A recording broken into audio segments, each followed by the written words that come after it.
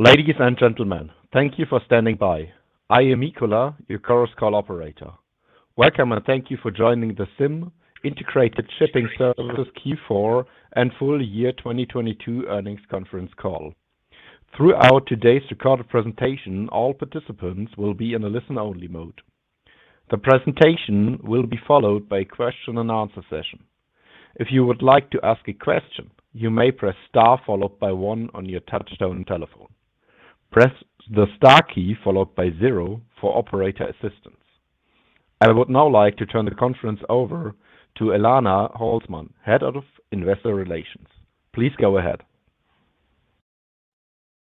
Thank you, operator, and welcome to ZIM's fourth quarter and full year 2022 financial results conference call. Joining me on the call today are Eli Glickman, ZIM's President and CEO, and Xavier Destriau, ZIM's CFO. Before we begin, I would like to remind you that during the course of this call, we will make forward-looking statements regarding expectations, predictions, projections, or future events or results. We believe that our expectations and assumptions are reasonable. We wish to caution you that such statements reflect only the company's current expectations and that actual events or results may differ, including materially. You are kindly referred to consider the risk factors and cautionary language described in the documents the company filed with the Securities and Exchange Commission, including our 2022 annual report filed on Form 20-F today, March 13, 2023. We undertake no obligation to update these forward-looking statements. At this time, I would like to turn the call over to ZIM CEO, Eli Glickman. Eli? Thank you, Ilana, and welcome to everyone to today's call. Slide number 3. 2022 was a record year for ZIM in terms of EBITDA and EBIT results. We delivered adjusted EBITDA of $7.5 billion and adjusted EBIT of $6.1 billion, 14% and 6% higher than 2021 respectively. For the year, adjusted EBITDA margin reached 60% and adjusted EBIT margin reached 49%.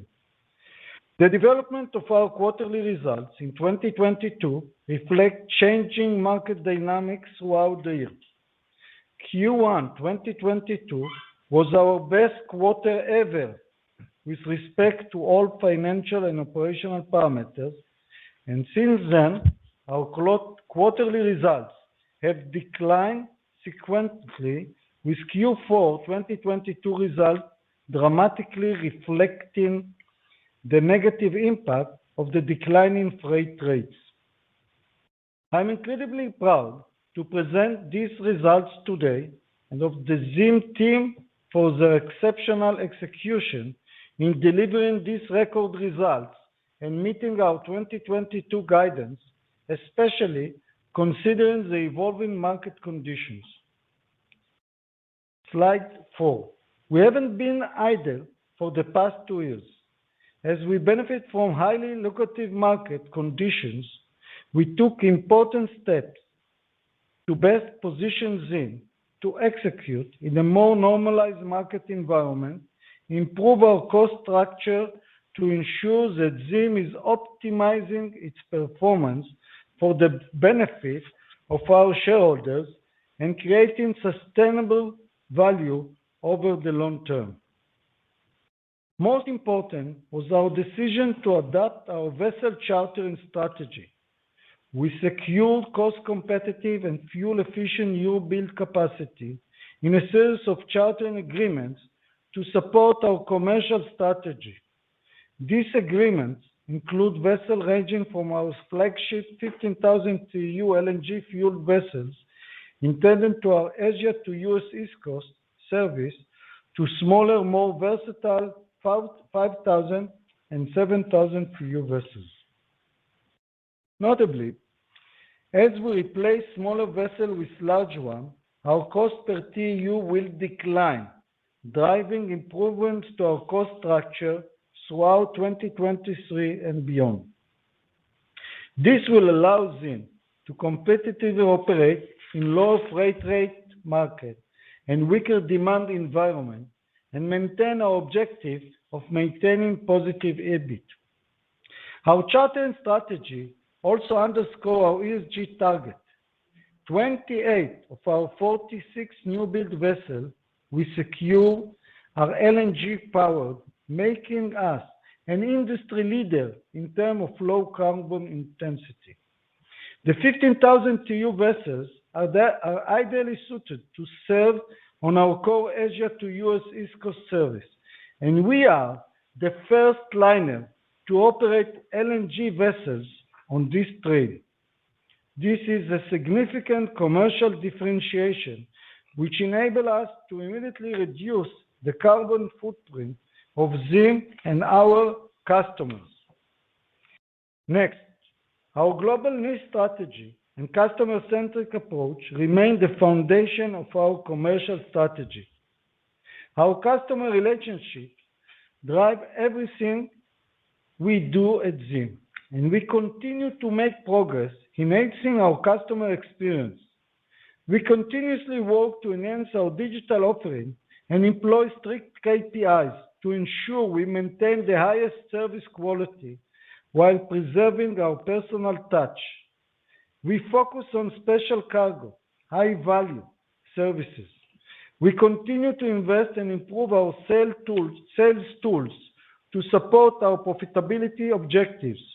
We also strengthen our local presence in important markets such as Australia, New Zealand, Thailand, and Vietnam.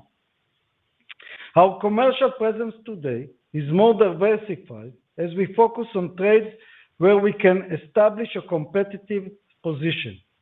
We continuously review our services and strive to improve our network for the benefit of our customers.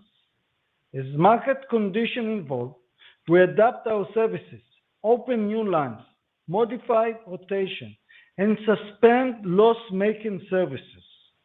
Recent examples of these changes include a new premium line from South America West Coast to US East Coast, in which we redeploy vessels previously deployed in intra-Asia services. A new service covering major ports in Southeast Asia and Australia. Rotation change to our Express Asia Baltimore ZXB service and suspension of ZEX, our Asia to LA Express service. These changes are proof of our agile approach aimed at providing streamlined services to our customers, as well as responding swiftly to changing market dynamics. We also recently established a joint venture with the largest domestic shipping company in Vietnam, High-End Shipping Services. We have discussed the potential we believe this market holds, and this joint venture uniquely positions ZIM to serve local importers and exporters and more effectively connect local services with our international network. This joint venture will allow us to better serve manufacturers shifting from China to Vietnam, as well as potentially target the expanding Cambodia and Laos international trade. We also identified a commercial opportunity in the car carrier market, in which strong demand and tight supply are resulting in positive market dynamics. We currently operate 11 car carriers with plans to expand to 16 vessels by mid-year. Turning to our growth engine complementary to our core shipping activities. We continue to explore opportunities in early-stage companies introducing disruptive technologies in shipping and broader ecosystem. Most recently, we participated in equity and debt financing round for the company 40Cs, an innovative fintech platform designed to modernize cross-border trade financing. By using AI tools, 40Cs streamlines the credit application process and can offer small and medium-sized importers and exporters faster and cheaper access to working capital financing needs than traditional financial institutions. Moreover, 40Cs represent a unique financing solution that we will very soon offer to our customers as well, primarily via our digital freight forwarder, Ship Forward. There are valuable synergies between Ship Forward and 40Cs, and we are pleased to be able to offer our SME customers a new and innovative digital financing solution designed to assist them to grow their business. A positive development which may benefit Wave Bill of Lading, one of our early investments, is a recent decision by the Digital Container Shipping Association, the DCSA, that was established in 2019 by most of the largest shipping companies with the objective of establishing IT standards for our industry. Together, the founding members represent over 70% of the global container shipping trade. DCSA members recently announced their commitment to reaching 15% electronics bill of lading within 5 years and 100% by the year 2030. As you may recall, ZIM first introduced electronic bill of lading to its customers through the Wave BL solution back in 2017, and today other major shipping companies are also offering the Wave solution to their customers. We are active investors in all our portfolio companies as we leverage our expertise, know-how, and network to support these companies. We believe our portfolio of companies holds significant potential in the future. Our goal is to build financial resilience in our business, stay focused on our strategy, and leverage our core strengths and ensure ZIM is best positioned for a more volatile and uncertain market. We intend to employ our significant cash resources cautiously to support our future profitable growth. The actions that I have outlined are aimed at advancing ZIM's primary objective to use our strengths to grow profitably and maximize value to our shareholders. Going to slide number 5. Despite the current rate environment and challenging macro and industry dynamics, we are confident in our strategy and expect positive EBIT in 2023. As such, for the full year, we expect to generate adjusted EBITDA between $1.8 billion to $2.2 billion and adjusted EBIT between $100 million to $500 million. Our CFO, Xavier, will shortly discuss the underlying assumption of our guidance and current market environment in greater detail. Based on our strong full-year results and confidence in our strategy, our board declared a Q4 dividend of approximately $769 million or $6.4 per share. This brings our total dividend payout on account of 2022 results to $2.04 billion or 44% of total 22 net income. Returning substantial capital to shareholders remain a priority as we seek to create long-term value and enable shareholders to directly benefit from our results. On that note, I will turn the call over to Xavier, our CFO, for his remarks on our financial results and additional comments on the market. Xavier, please. Thank you, Eli, and again, welcome to everyone. On this slide, we present our key financial and operational highlights. As Eli did already mention, 2022 was a year of exceptional financial performance for ZIM, even with the pace of normalization accelerating during the latter part of the year. Despite the deteriorating market, ZIM generated record revenue of $12.6 billion in 2022, and that is to be compared to $10.7 billion in 2021, a 17% improvement. During the year, our average freight rate per TEU was $3,240, 16% higher than in 2021, as we benefited from the elevated freight rate environment for the majority of the year. In Q4, our average freight rate per TEU was $2,122, a 42% decline year over year and 37% decline from the prior quarter. Our free cash flow in the fourth quarter totaled $1 billion compared to $1.7 billion in the fourth quarter of 2021. Turning to our balance sheet, total debt increased by $1 billion since prior year end. And as in recent quarters, this was mainly driven by the increased number of vessel fixtures, longer term charter duration, as well as higher daily chartering rates. Regarding our fleet, we currently operate today 152 vessels, out of which 12 are car carriers. The average remaining duration of our current charter capacity is 27.3 months, essentially unchanged from November 2022. I would note that our current fleet includes 5 new build vessels, 4 of 12,000 TEU capacity, and 1 of 15,000 TEU, which is the first of the series of the 15,000 TEU LNG vessels that we ordered in 2021. We have 22 vessels up for charter renewal during the remainder of the year, with 36 up for renewal in 2024.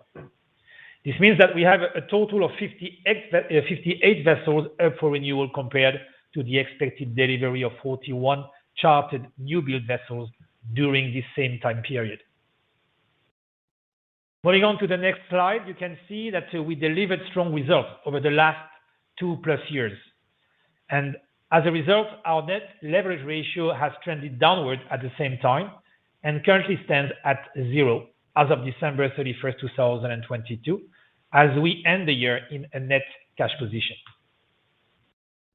Turning to our fourth quarter and full year financial performance, fourth quarter net income was $417 million, compared to $1.7 billion in the fourth quarter of last year.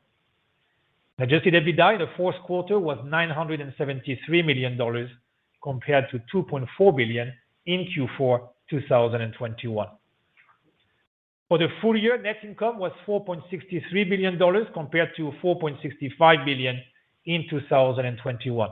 And adjusted EBITDA was $7.5 billion, compared to $6.6 billion in 2021. Lower margin sequentially, the second half of 2022 versus the first half, as well as Q4 versus Q3, are driven primarily by lower revenue. Turning to slide 9, we carried 823,000 TEUs in the fourth quarter, compared to 858,000 TEUs during the same period last year, a decline of 4% compared to the market decline of 8.5%. And for the full year, we carried 3.4 million TEU. That is a 3% decline compared to 2021, slightly better than the market decline of 4% in that quarter. In the full year period. Lower volume on Trans-Pacific, driven by congestion and lower demand, were partially offset by higher volume in other trade lanes.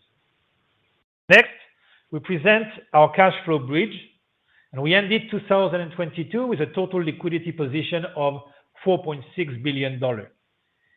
Important here to emphasize that this includes cash and cash equivalents, investments in bank deposits, and other investment instruments.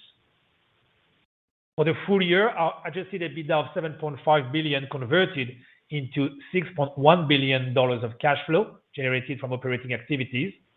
And other cash flow items included $314 million of net capital expenditure, $1.7 billion of debt service, mostly lease liabilities, and dividend distribution of $3.3 billion. Moving to our guidance, as Eli already mentioned, we expect to generate positive EBIT in 2023. Specifically, we expect to generate in 2023 EBITDA of $1.8 billion to $2.2 billion and an EBIT range between $100 million to $500 million. We believe freight rates are close to bottom and will expect some improvement in 2023. Further, we also expect our volumes to grow in 2023 as compared to last year, as we receive our new build capacity and are able to better optimize our fleet. As for bunker costs, we expect lower rates this year versus last year. Overall, while we don't give quarterly guidance, we do expect improved results in the second half of 2023 as compared to the first half. So we are entering this unpredictable time with a strong balance sheet, a significant cash balance of $4.6 billion, and zero net leverage. As such, our board of directors declared a dividend to shareholders, which, including prior dividends paid on account of 2022 results, totals 44% of 2022 net income. We do remain committed to returning capital to shareholders under our current dividend policy of returning to shareholders 30 to 50% of our annual net income. Other capital allocation priorities remain intact. We have a commitment of approximately $155 million and $340 million in 23 and 24 respectively, as down payments for new build vessels chartered primarily from Seaspan, of which we already paid $13 million for the first 15,000 TEU ship delivered to us last month. We will continue to renew our container fleet, and we continue to explore inorganic growth through the potential acquisition of regional liners in key markets such as Southeast Asia or Latin America. The backdrop against we are providing guidance today is extremely challenging. The supply-demand imbalance points to oversupply in 23 and 24. Demand is soft, and as a result, congestion in U.S. ports and elsewhere has unwound.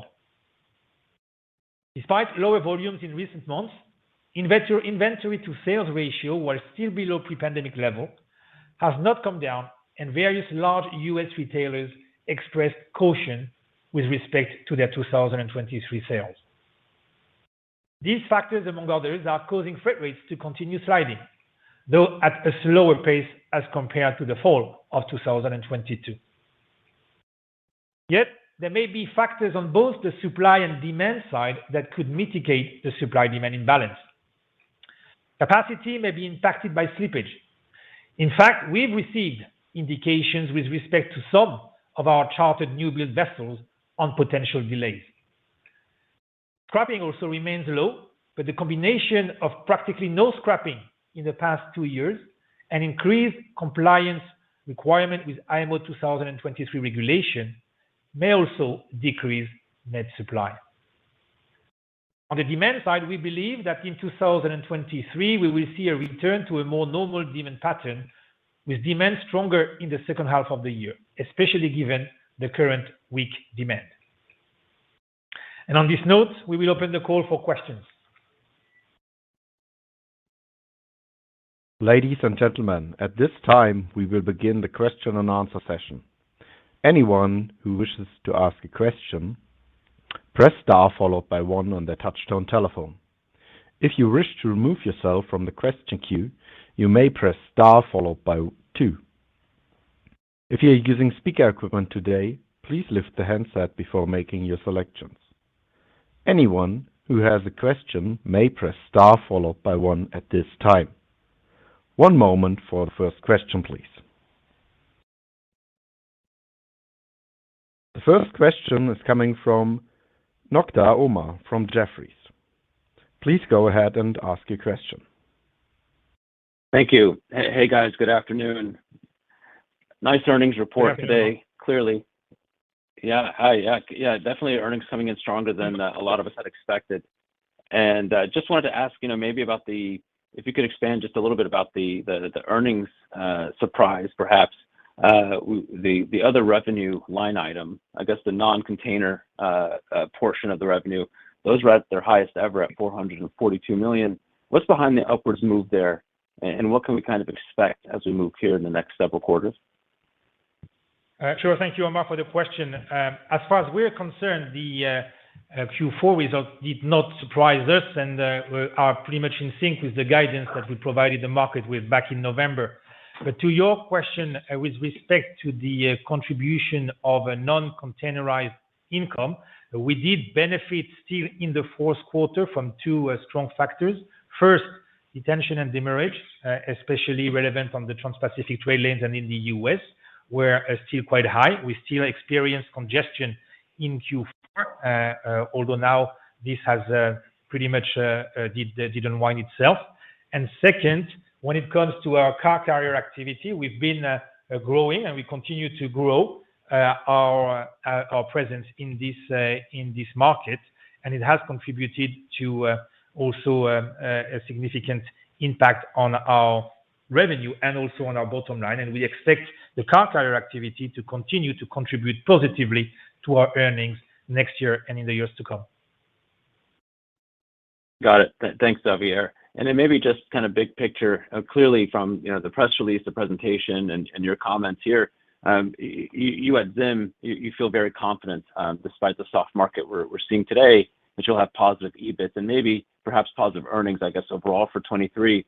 I guess as we kind of think about the market as it is today, how would you characterize things as they are? You mentioned that you expect rates to be at bottom here in the near term and the recovery coming.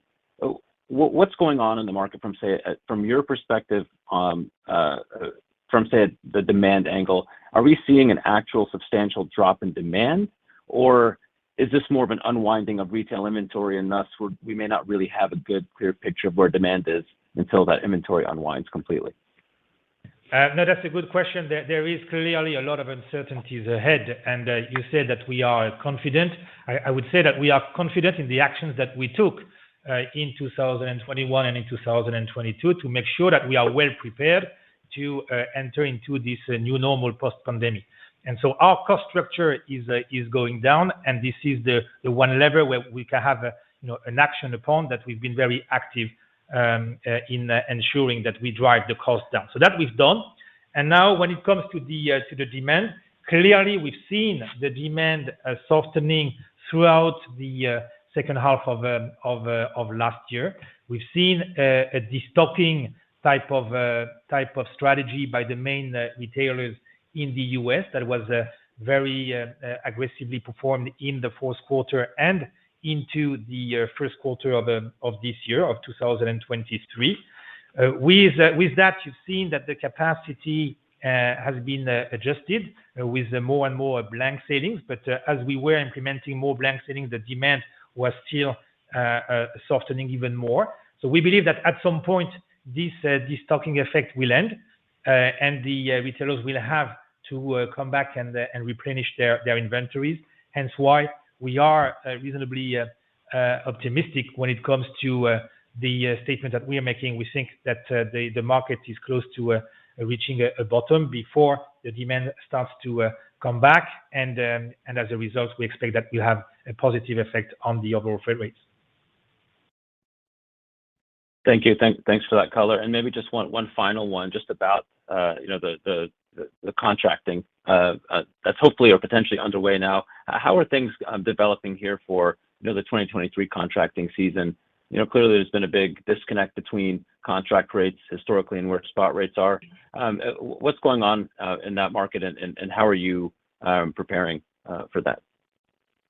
Yes, clearly the market today, when we look at where the spot currently is on the main Trans-Pacific trade lanes, kind of pushes the shippers to ask for a significant rate reduction compared to last year, and we very well understand that. So the one thing I would say is that the company has engaged with most of our key customers with whom we would like to enter into contract settlement, both from a quantity perspective and from a rate perspective.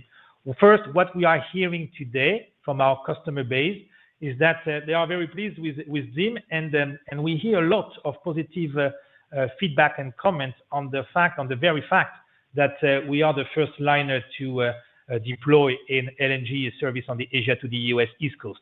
And that resonates very strongly vis-a-vis our customer base. So now we do hope that it will translate into the final discussions on the rates to levels where we would both shippers and ourselves be happy. We clearly have set ourselves a limit in terms of where we are not willing to go in terms of floor. For now, the discussions are ongoing. It's still too early to say what will be the final outcome of all those decisions. But clearly, we feel that from a commercial positioning perspective, the name and the brand of ZIM resonates pretty high in the eyes of our customers in the US. Got it. Thanks. And sorry, just one tiny follow-up to that is, are you able to give a ratio or percentage of how much of your 23 business you've got under contract so far? We are still looking into 50-50, and the ratio that we've been adhering by over the past few years of 50% contract cargo and 50% spot is still pretty much where we would like to end. But again, we will see where we end when we finalize each of the discussion with each of our customers. And if the rates are not satisfactory to ourselves, we might revisit that percentage allocation and agree to expose ourselves more to spot market. We think that the second half is going to be indeed better than the first. Okay. And just for clarity, the 50-50 is just on the Trans-Pacific. Correct. This is really the trade where we have a significant amount of our volume that is being contracted. We still, on the other trade lanes and mainly on the Asia Med, we also have a contract discussion with customers, but those are more quarterly as opposed to yearly. And in terms of quantum, I would say it's 25% of the trade compared to the 50% on the Trans-Pacific. Great. Thank you. I'll turn it over. The next question is coming from Sam from JP Morgan. Please go ahead. Hi, it's Sam Bland here. I have two questions, please. The first one is on the charters. You mentioned the sort of maturity profile. Is your current plan to let them run to maturity on the sort of agreed timescale, or are there any options to either accelerate or delay? How are you thinking about that? And the second question is, you mentioned slippage of the order book in the presentation. We've heard that from elsewhere as well. Do you think it's possible that the slippage could be quite a material amount of the orders or the deliveries planned for 23, 24? Or are we talking about sort of small bits around the edges? Thank you. Good morning to you, Sam. Yes, the first question in terms of the charter. Clearly, we need to differentiate here. I think the long-term charter, the new build vessels that we've ordered over the past 2 years. So those clearly we intend to take delivery of each and every vessel. We are eagerly awaiting those vessels. They are clearly in line with our vessel strategy and commercial strategy. So there is here no intention from the company to cancel, delay any of those contracts. On the more traditional charter market, when we charter from the tonnage provider existing tonnage as opposed to the new build tonnage I was just referring to, in 21-22 we did enter into a significant amount of contract for a duration of 3 to 5 years. So by and large, this is what is driving the average duration of what's left in our chartering agreement. So meaning that between 23-24 we have a few vessels up for renewal, but it will really come back in 2025 and beyond. 2025 and beyond. Now, when we look at the vessels that come up for renewal in 23 and in 24. That's clearly 50 vessels. Most of them, it is very likely, depending on what the market does, but if the market conditions remain difficult, most of those vessels will be redelivered. We do not intend to break any of our commitment vis-à-vis any of the tonnage provider. We will make the decision to redeliver tonnage when we have the ability to do so, or engage early with some tonnage provider to potentially discuss extension if we think, and at a lower rate, obviously, if we think that this said vessel will be of use for us for a longer period. With respect to your second point and slippage, it's difficult to assess to what extent it will have a significant impact.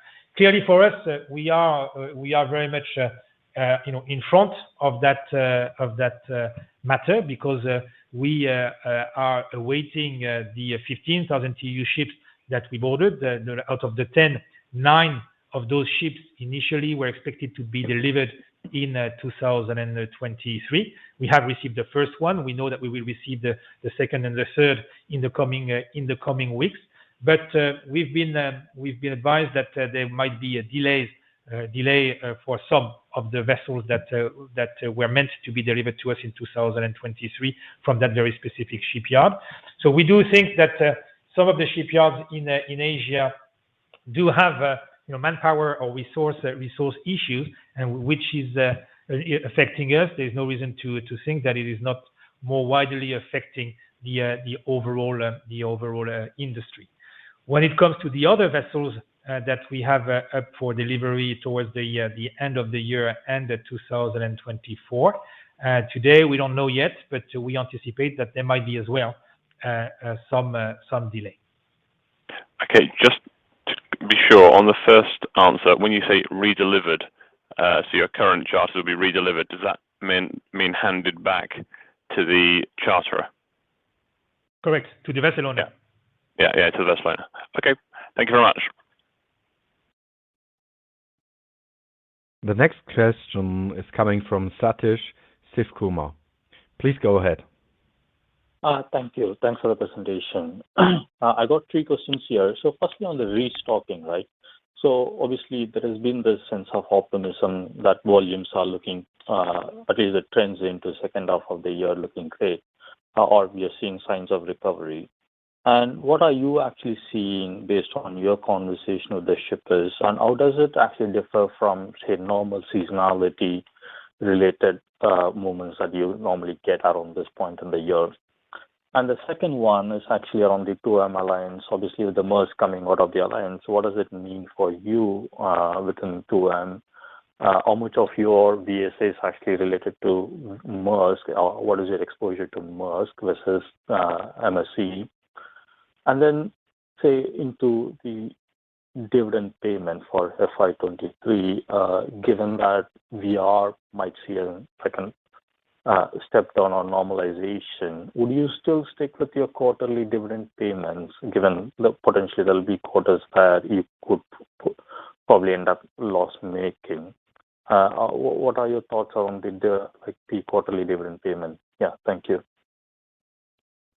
Thank you, Satish. So with regards to your first question on potential restocking, this is early days to come to a definite conclusion as to when the volume or the demand will come back up. But clearly we are getting some early indication and early signs that the inventories, and once the inventories have come down to the level where the main retailers want them to be, the demand will resurface. And that from a seasonality perspective also indeed collides in the first quarter of 2023 with the traditional slack season that is the period in terms of ordering and demand affecting the trade lanes where we operate. So today, in the early days of 2023, we have the combination of those two elements, which is the destocking and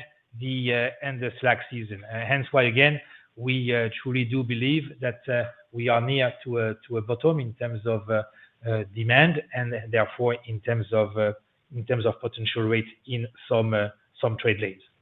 When it comes to the second question, the 2M and the breakup or the future breakup of the alliance between Maersk and MSC, I think by and large this doesn't come as a significant surprise for all of us that have been watching this industry and how everyone is pursuing different strategies. As far as we're concerned, we have been collaborating with both of them, and we do collaborate with both of them on the Trans-Pacific trade lanes, obviously, but also individually on some other trades. Our relationship with Maersk and with MSC is extremely good. We have benefited, and I think all of us did benefit from working together over the past 5 years now, or 4 years, should I say. We started in 2018 in the summer.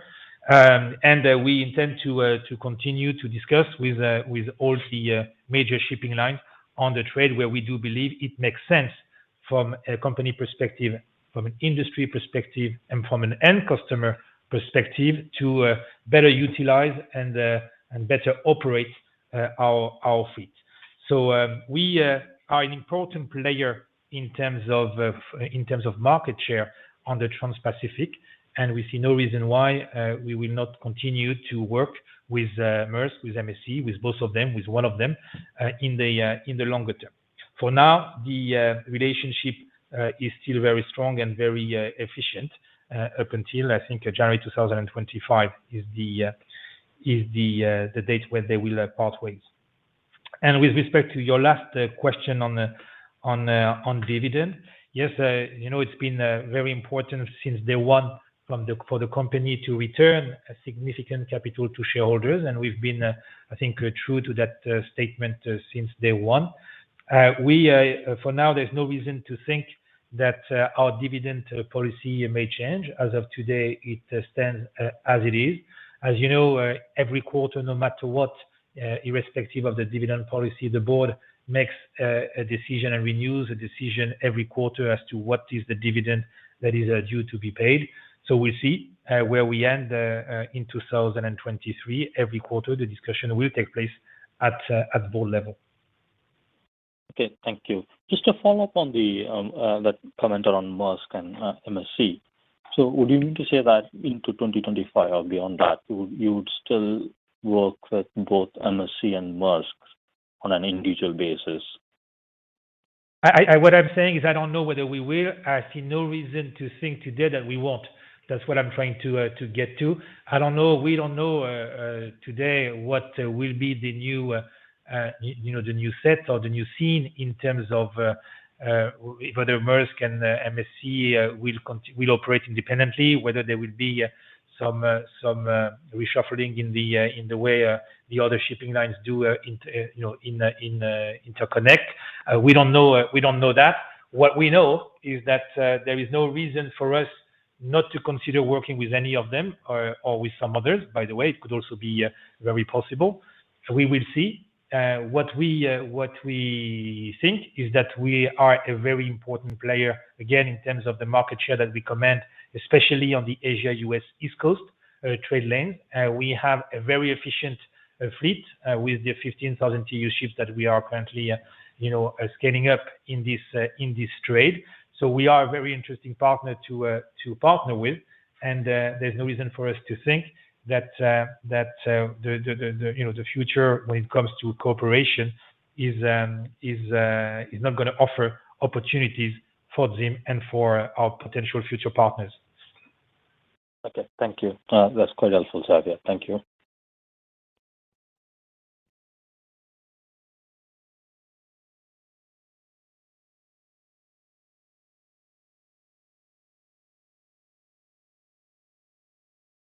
The next question is coming from Alexia Dongani. Please go ahead. Oh, hi. Thanks for taking my question. It's Alexia Dongani from Barclays. Just 3 as well, please. Firstly, on the outlook for 2023, given Eli's comments around profitability improving in the second half, are we basically expecting EBIT losses in the first half? And subsequent to that, obviously you've talked about, Javier, your expectation of spot rates improving from here. How much improvement are you expecting to meet your guidance range? I mean, kind of to the extent you're willing to share.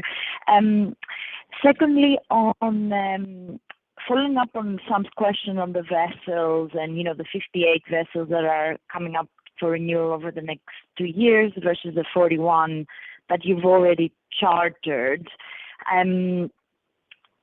The net of this should be kind of a double-digit decline in unit cost or less.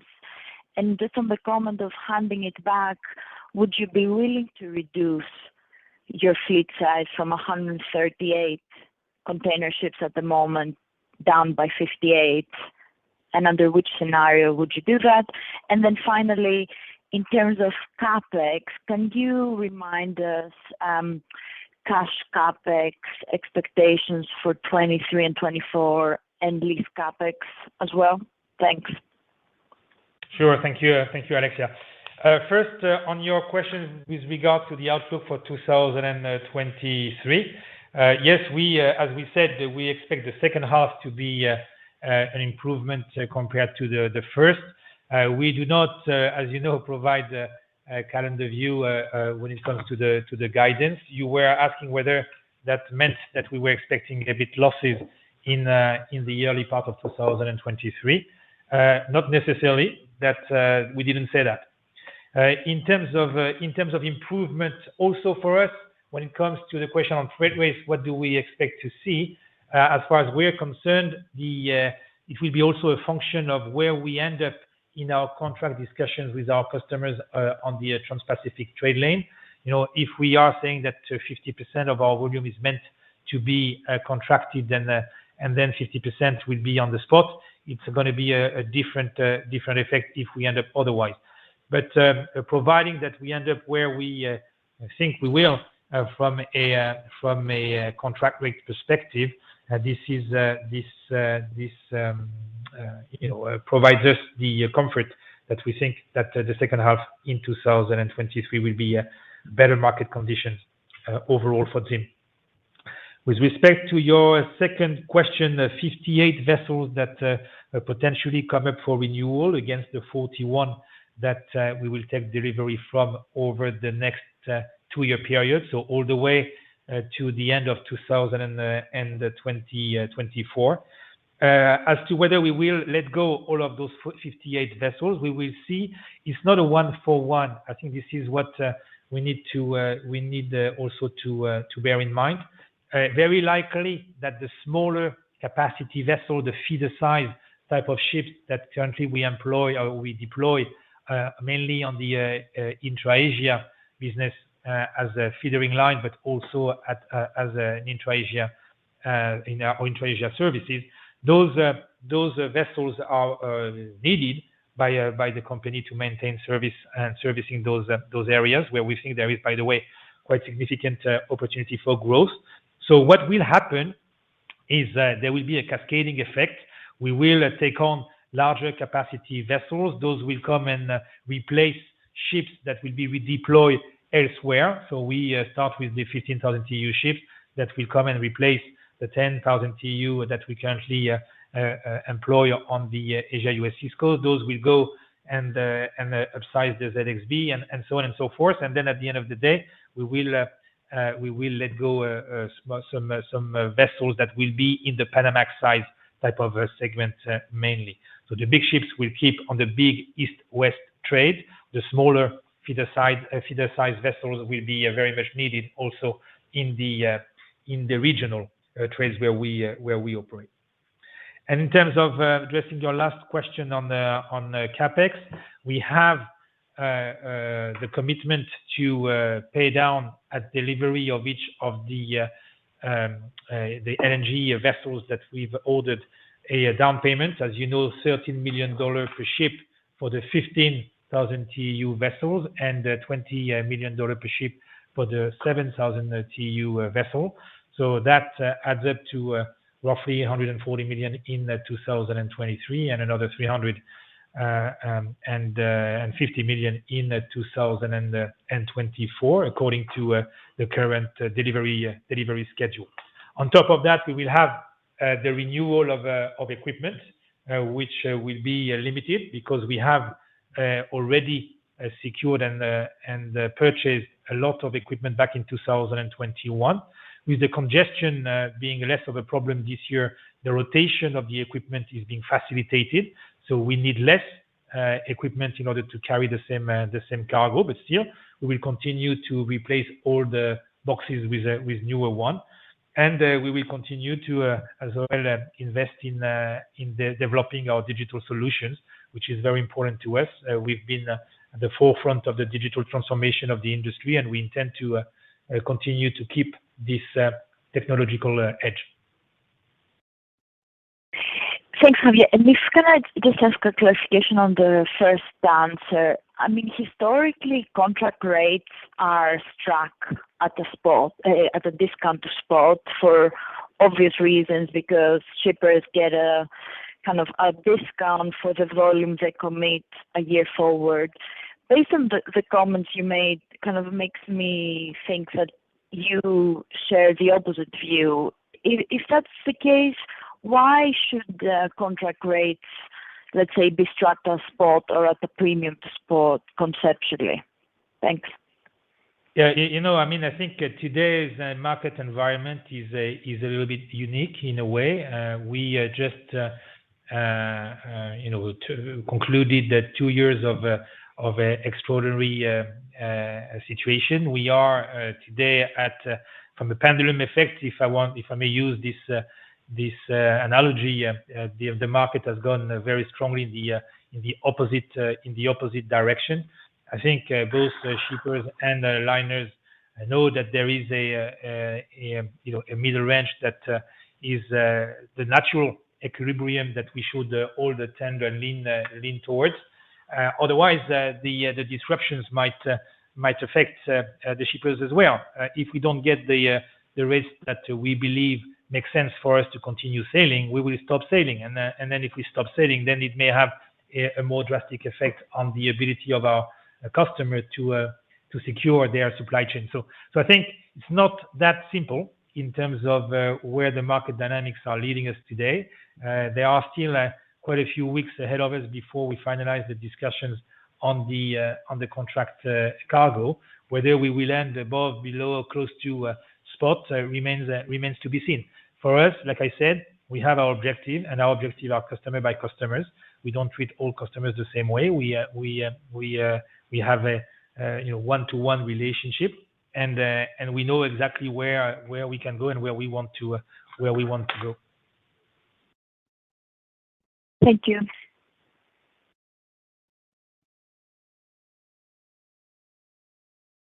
This concludes our Q&A session, and I hand back to Eli Glickman, President and CEO, for closing comments. Thank you. Despite challenging market conditions toward the end of the year, we continue to execute our global niche strategy and deliver outstanding execution and profitable growth in 2022. Full year EBITDA and EBIT results were all-time records.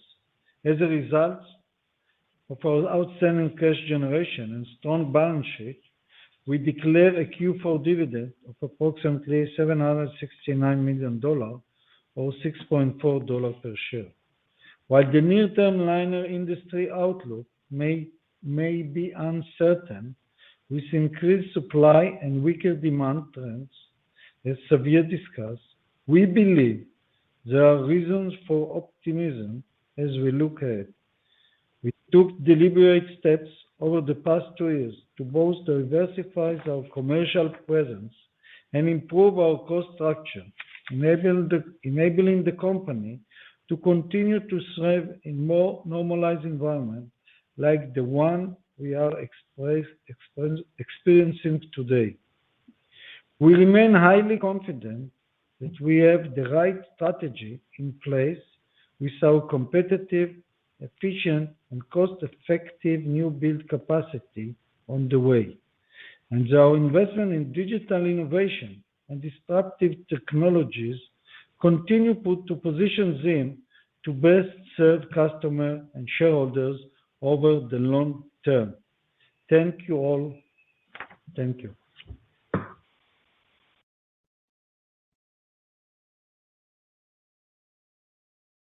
Ladies and gentlemen, the conference is now concluded, and you may disconnect your telephone.